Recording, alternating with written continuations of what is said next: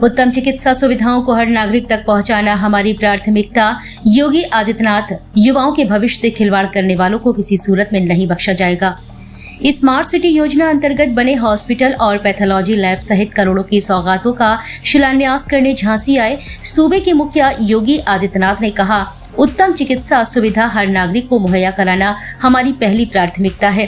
इसी प्राथमिकता के तहत आज स्मार्ट सिटी योजना अंतर्गत बने हॉस्पिटल और पैथोलॉजी लैब का शुभारंभ किया गया, जिसमें झांसी ही नहीं बुंदेलखंड के वासियों को सबसे कम दाम में चिकित्सा सुविधा उपलब्ध कराई जाएगी। अपने प्रस्तावित कार्यक्रम के मुताबिक मंगलवार को झांसी पुलिस लाइन में दोपहर 12:30 बजे उत्तर प्रदेश मुखिया हेलीकॉप्टर से झांसी पहुंचे। यहां उतरने के बाद उन्होंने भाजपा पदाधिकारी, कार्यकर्ताओं और जनप्रतिनिधियों से मुलाकात की।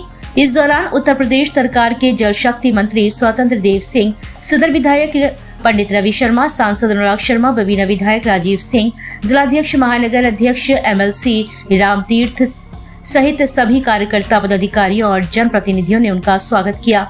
इसके बाद सीएम योगी आदित्यनाथ अपने काफिले के साथ स्मार्ट सिटी योजना अंतर्गत बनाए गए हॉस्पिटल और पैथोलॉजी लैब पहुंचे, जहां उन्होंने उसका शुभारंभ किया। साथ ही उन्होंने चिकित्सकों से वार्ता कर नागरिकों को सबसे अच्छा उपचार देने की बात कही। इसके बाद वे अपने काफिले के साथ रानी लक्ष्मीबाई पार्क स्थित म्यूजियम पहुंचे, जहां उन्होंने वायुमंडल आदि की जानकारी की। इसके बाद वे सीधे प्रदर्शनी ग्राउंड स्थित पंडाल में पहुंचे, जहां उन्होंने जनसभा को संबोधित करते हुए कहा कि हमारी उत्तम चिकित्सा सुविधा हर नागरिक को उपलब्ध कराना हमारी पहली प्राथमिकता है। इसी के तहत स्मार्ट सिटी योजना अंतर्गत हॉस्पिटल और पैथोलॉजी लैब का शुभारंभ किया गया। उन्होंने चिकित्सकों को भी उच्च उपचार करने के स्पष्ट निर्देश दिए। वहीं उन्होंने कहा कि युवा हमारे देश का भविष्य है, युवा के भविष्य के साथ खिलवाड़ करने वालों को बख्शा नहीं जाएगा।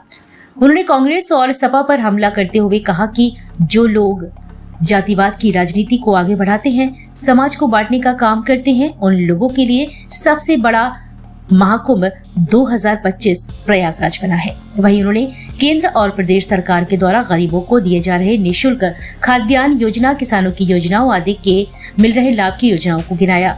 उन्होंने कहा कि महाकुंभ के बाद मेरी पहली इच्छा थी कि महाकुंभ के बाद मैं बुंदेलखंड आऊं, इसलिए मेरा पहला दौरा बुंदेलखंड का हुआ है। वहीं उन्होंने कहा कि बुंदेलखंड को अपराधियों और खनन माफियाओं से मुक्त कराने का जो वादा किया था वो पूरा कर दिया है।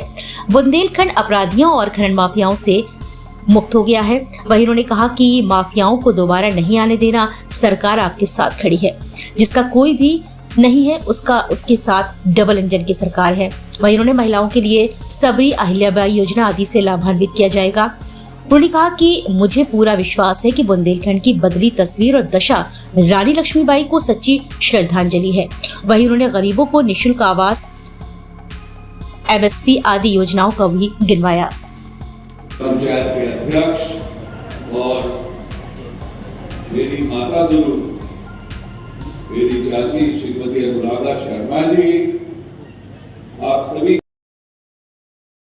एक कार्यक्रम को अपने हाथों में लिया था और इस बार सरकार ने बजट में प्रावधान किया है जीरो पॉवर्टी के लक्ष्य को प्राप्त करने के लिए जो गरीब अभी तक किसी योजना से वंचित है, उस गरीब को उस योजना के साथ जोड़ करके उसके जीवन को आगे बढ़ाने का काम करेंगे। जिसको मकान नहीं मिल पाया उसको मकान देंगे।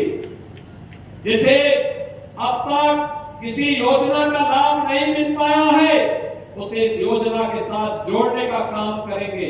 जिसके बाद शौचालय नहीं शौचालय, जिसके बाद जॉब कार्ड नहीं जॉब कार्ड, जिसके बाद आयुष्मान का कार्ड नहीं आयुष्मान का कार्ड, जिसके बाद राशन का। पंचायत के अध्यक्ष और मेरी माता जरूर, मेरी चाची श्रीमती अनुराधा शर्मा जी, आप सभी लाया था, हताशा थी, निराशा थी। माफिया और खनन माफिया की गिरफ्त में आया हुआ ये बुंदेलखंड अपने स्वयं के वजूद के लिए तड़प रहा था।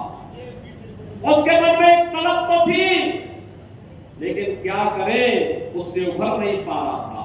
और मैंने तब कहा था कि डकैतों से भी मुक्त कराएंगे और माफिया से भी मुक्त कराएंगे बुंदेलखंड। तब मैंने कहा था बुंदेलखंड एक्सप्रेसवे बनेगा, डिफेंस कॉरिडोर बनेगा। और अब तो मैं बधाई देता हूं आपको, ईटा के नाम पर बुंदेलखंड औद्योगिक विकास प्राधिकरण आपका बन रहा है। 56,000 एकड़ क्षेत्रफल में देश का एक सबसे बड़े औद्योगिक नगर के रूप में झांसी कानपुर के बीच में किसी के पास नहीं। बुंदेलखंड की ताकत का एहसास अब दुनिया करेगी। बहनों और भाइयों, अभी से ऑफर आने लग गए, अभी से ऑफर आने लग गए। हम बुंदेलखंड एक्सप्रेसवे का एक्सटेंशन करने जा रहे हैं। हमने फार्मा पार्क के लिए 2000 एकड़ लैंड पहले ही ललितपुर में ले लिए। कार्य काफी आगे बढ़ चुका है। ललितपुर में मेडिकल कॉलेज का निर्माण पहले ही हो चुका है और अब तो हम लोग झांसी में सार्वजनिक कार्यक्रमों को करने के लिए आने वाले समय में एक बेहतरीन कन्वेंशन सेंटर भी उपलब्ध करवाएंगे। एक कार्यक्रम को अपने हाथों में लिया था और इस बार सरकार ने बजट में प्रावधान किया है जीरो पॉवर्टी के लक्ष्य को प्राप्त करने के लिए जो गरीब अभी तक किसी योजना से वंचित है, उस गरीब को उस योजना के साथ जोड़ करके उसके जीवन को आगे बढ़ाने का काम करेंगे। जिसको मकान नहीं मिल पाया उसको मकान देंगे। जिसे अब तक किसी योजना का लाभ नहीं मिल पाया है उसे इस योजना के साथ जोड़ने का काम करेंगे। जिसके बाद शौचालय नहीं शौचालय, जिसके बाद जॉब कार्ड नहीं जॉब कार्ड, जिसके बाद आयुष्मान का कार्ड नहीं आयुष्मान का कार्ड, जिसके बाद राशन कार्ड।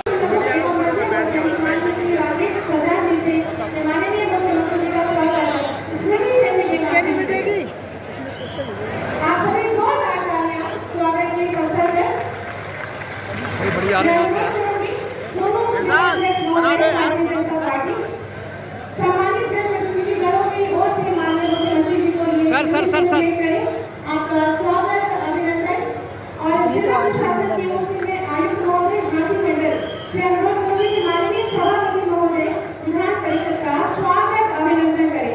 आप सभी जोरदार तालियों के माध्यम से इन क्षणों की शोभा को बढ़ाएं। स्वागत अभिनंदन आदरणीय आपका। और स्वागत उद्बोधन के लिए मैं अनुरोध करूंगी श्री अनुराग शर्मा जी से, माननीय सांसद झांसी ललितपुर, कृपया पधारें और अपने स्वागत उद्बोधन से हमें अनुग्रहित करें। और 11 जनवरी से 26 फरवरी की अवधि में 5,59,000 यात्री यहाँ पहुंचे। महाकुंभ पहुंचने वाले श्रद्धालु की आवश्यकता नहीं पड़ेगी। कन्वेंशन सेंटर में ही एग्जीबिशन में लग जाएगा और वहीं पे इस प्रकार के बड़े कार्यक्रम भी हो पाएंगे। जब कार्यक्रम नहीं होने हैं तो वहां पे शादी ब्याह के कार्यक्रम, वहां पे इन्वेस्टर मीट के कार्यक्रम, वहां पर विभिन्न प्रकार के अपने कार्यक्रमों को भी आगे बढ़ाया जा सकता है।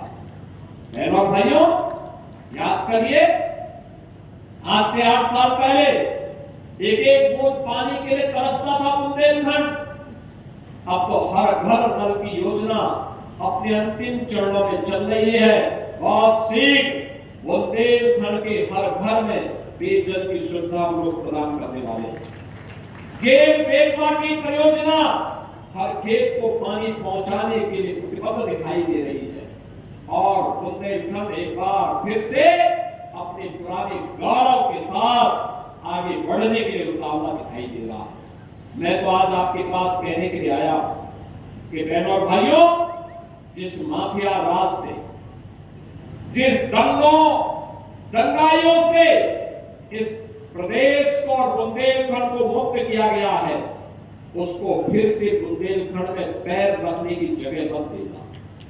अन्यथा आने वाली पीढ़ी कोसेगी आप लोगों को। हम लोगों ने तो अपने स्तर पर प्रयास किया है, आपको भी उस प्रयास का हिस्सा बनना है और हिस्सा बन करके जहां कहीं कोई ऐसा माफिया खड़ा होने का दुस्साहस करता है, पुरजोर उसका प्रतिकार करने की आवश्यकता है। सरकार आपके साथ खड़ी होगी, आपके साथ खड़ी होगी। कोई भी अगर व्यक्ति ऐसे लोगों को जो गरीबों का शोषण करता है, गरीबों की, व्यापारियों की शोषण करता है, बेटियों की सुरक्षा में सेंध लगाता है, और बुंदेलखंड में विकास में बाधक बनता है, उस बैरियर को हटाने की जिम्मेदारी हमारी, हम लोग आपके साथ खड़े हैं। युवाओं के जीवन पंचायत के अध्यक्ष और मेरी माता जरूर, मेरी चाची श्रीमती अनुराधा शर्मा जी, आप सभी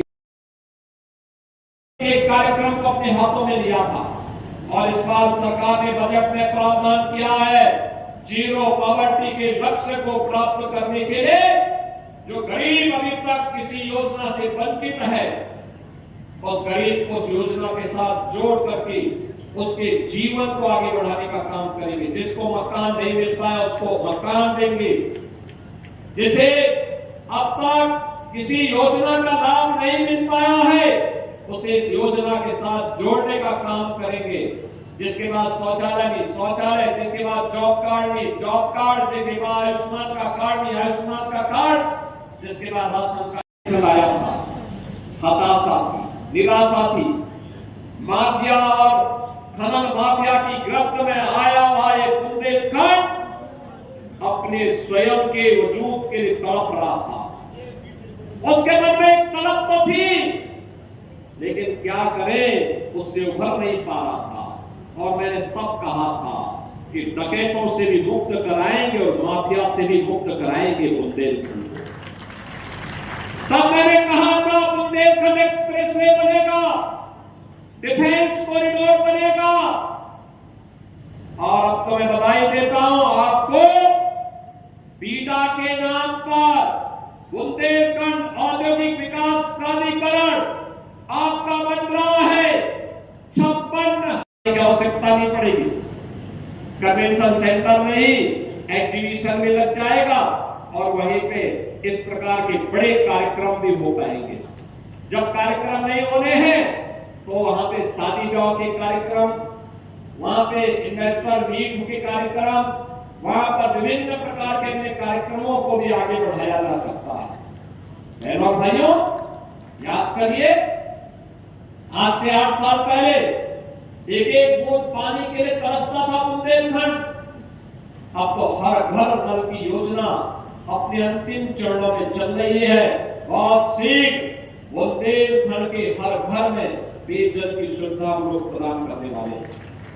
खेत बेतवा की परियोजना हर खेत को पानी पहुंचाने के लिए प्रतिबद्ध दिखाई दे रही है और बुंदेलखंड एक बार फिर से अपने पुराने गौरव के साथ आगे बढ़ने के लिए उतावला दिखाई दे रहा है।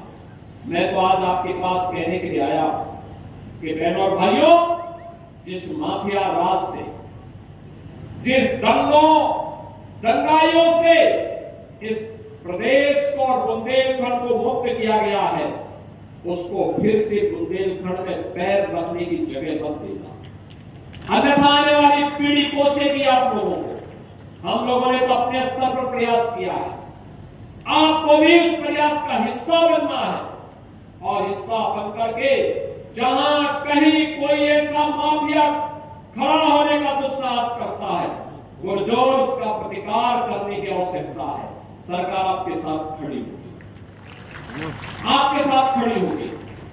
कोई भी अगर व्यक्ति ऐसे लोगों को जो गरीबों का शोषण करता है, गरीबों की व्यापारियों की शोषण करता है, बेटियों की सुरक्षा में सेंध लगाता है और बुंदेलखंड में विकास में बाधक बनता है, उस बैरियर को हटाने की जिम्मेदारी हमारी, हम लोग आपके साथ खड़े हैं। युवाओं के जीवन के साथ जो खिलवाड़ करेगा उसको उसकी कीमत चुकानी पड़ेगी। अन्नदाता किसानों के भाग्य को बदलने के लिए सरकार के द्वारा जो उठाए गए कदम है, आपने देखा होगा कल ही हमारी सरकार ने गेहूं का एमएसपी घोषित किया है। प्रति क्विंटल 150 रुपया और बढ़ाया गया है। 2425 रुपया हम लोग गेहूं का अपने अन्नदाता किसानों को उपलब्ध करवाएंगे। क्रय केंद्र खोलेंगे। आने वाले समय में सरकार ने व्यवस्था की है, हर मंडी में हम लोग माता सबरी के नाम